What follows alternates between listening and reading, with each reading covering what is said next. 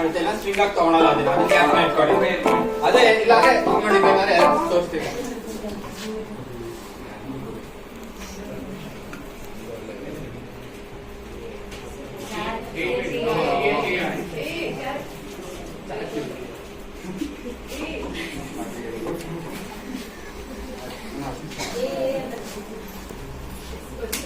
Integer use ಮಾಡ್ತೀರಾ ಇವಾಗ float ಮತ್ತೆ ಡಬಲ್ ಅಂತ ಇದೆ.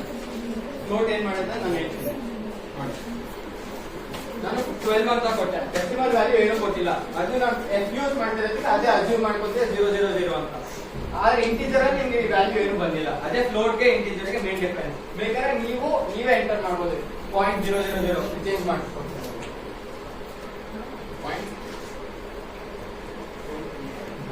ಇದಾದ್ಮೇಲೆ ವ್ಯಾಲ್ಯೂಸ್ ಕೊಡ್ತಿಲ್ಲ ನಾನು, ಅದೇ ಅಸ್ಯೂಮ್ ಮಾಡಿದೆ 0.35 ಆದ್ಮೇಲೆ 0 ಬರುತ್ತೆ ನೋಡಿ.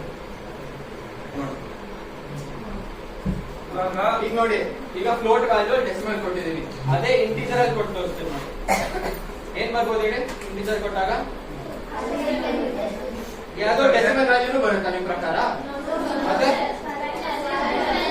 ಬರೀ ವ್ಯಾಲ್ಯೂ ಅಂತ ಬರುತ್ತಾ? ಅದು ಇಂಟಿಜರ್ ಅಲ್ಲಿ ಬರುತ್ತಾ? ನಾನು ಹೇಳ್ತಿರೋದು ನಿಮ್ಗೆ ಇಂಟಿಜರ್ ಅಲ್ಲಿ ಏನ್ ಬರುತ್ತೆ ಔಟ್ಪುಟ್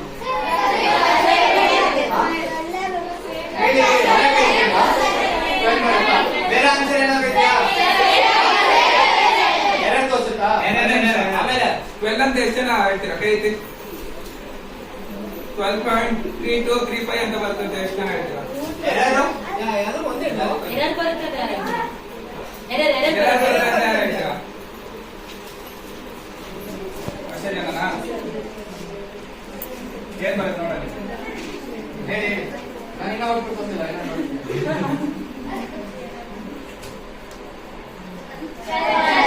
12 ಮಾತ್ರ ಬರುತ್ತೆ. ಈಗ ನೋಡಿ, ನಿಮಗೆ ಫ್ಲೋಟ್ ವ್ಯಾಲ್ಯೂ ಕೊಡ್ತೀರಾ? ಏನಕ್ಕೆ 12 ಬರುತ್ತೆ ಹೇಳಿ?